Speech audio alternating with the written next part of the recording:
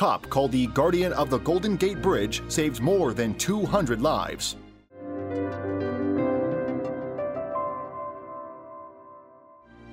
Unless you walk in another person's shoes, you will never be able to understand how tough their struggle is and how much pain they are in. For some, life can be so agonizing that they feel life is no longer worth living.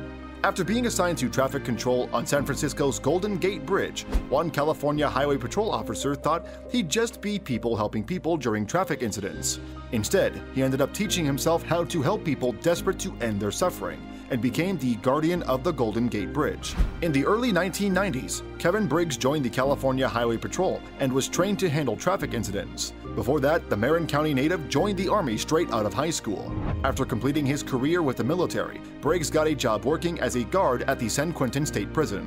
For Briggs, a career with the California Highway Patrol was a natural fit since he was driven to protect people from danger. According to Briggs, however, the job ended up being much different than he had originally imagined it would be when he first joined the CHP. When Briggs first started, he was assigned to what the CHP called the Golden Gate Bridge Beat. Briggs imagined he would be handling traffic patrol and traffic incidents on and surrounding the bridge, which connects Marin County to San Francisco. At the time, Briggs hadn't realized that the famous bridge was also an infamous suicide spot. Since the Golden Gate Bridge was built in 1937, more than 1,500 people have committed suicide by jumping off the bridge to their deaths.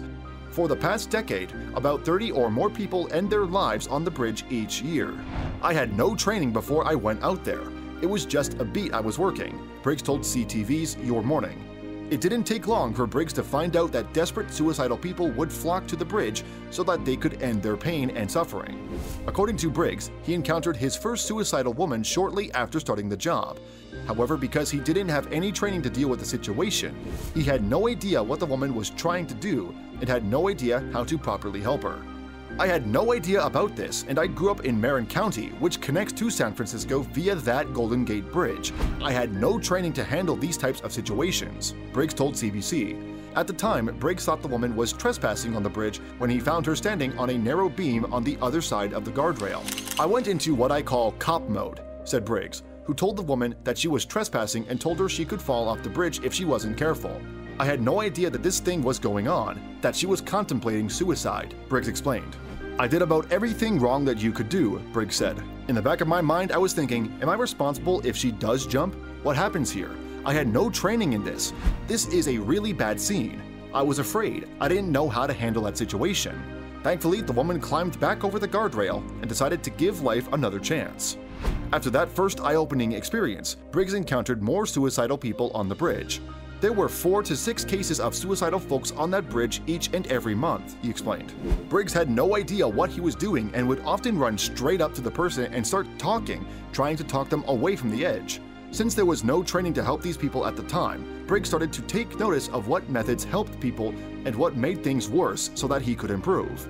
I think my approach right from the start was wrong, just to walk right up to these folks and start talking with them, Briggs said.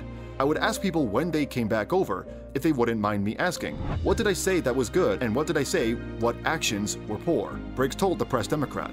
They would always tell me, Briggs explained. Things that did not go well were, I understand.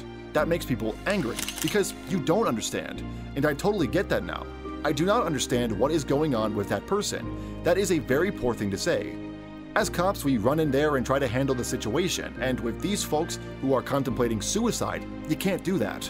You have to take a step back and be a lot more flexible and patient. It's a whole different realm of law enforcement, Briggs said about the delicate job. Over time, Briggs honed his skills as a part-time suicide counselor and realized that the best way to help people contemplating suicide was to approach them slowly, introduce yourself, and then give them the control by asking if he could speak with them. Now what I do is I stand back and I'll just introduce myself. I'll say, "Hi, I'm Kevin," Briggs explained. Or, "Hi, I'm Kevin with the Highway Patrol. Is it okay? Is it all right if I come up and speak with you for a bit?" I want to get their permission and empower them. Once a person allows Briggs to speak, he would ask how they are feeling or if they had plans for tomorrow. If they didn't have plans, he would help them make a plan. Mostly, he would just listen to them. I always want to be below them if I can. I want their eyes looking down at me. It's part of that empowerment that I want to do, Briggs said. What I believe, personally, they want to hear is, yeah, it is tough. I tried to explain to them, wow, that sounds really tough. and normalize their situation. That's a real big one, is to try to normalize their situation. You know, wow, what you're going through is a whole lot of stuff, and that'd be tough on anybody. Briggs ended up doing that critical job for 23 years. In those years, he saved more than 200 people, which is why he ended up being named the Golden Gate Guardian. Sadly, Briggs wasn't able to save 2 of the people he encountered on the bridge during those years, and those deaths have stayed with him. In 2013, Briggs finally retired from the California Highway Patrol, but has gone on to work in suicide prevention. It takes a lot of courage to be over that rail. It takes a lot of courage, Briggs said, but it also takes a lot of courage to come back and face the reality that is with them right now. But there is a brighter side to this, and it can happen. And it might take a long time and a lot of work, but life is beautiful and, you know, it is worth living. Lawmakers have proposed spending $200 million to install a stainless steel net to save people who make the deadly 220-foot jump to the water. Project is expected to be complete in 2021, but Briggs feels suicidal people will just find another way to end their lives, as it doesn't address the root problem, which lies in mental health and suicide prevention efforts. We could put that money to a lot of use for mental health, Briggs said. But on the other hand, I have not lost a family member on that bridge either.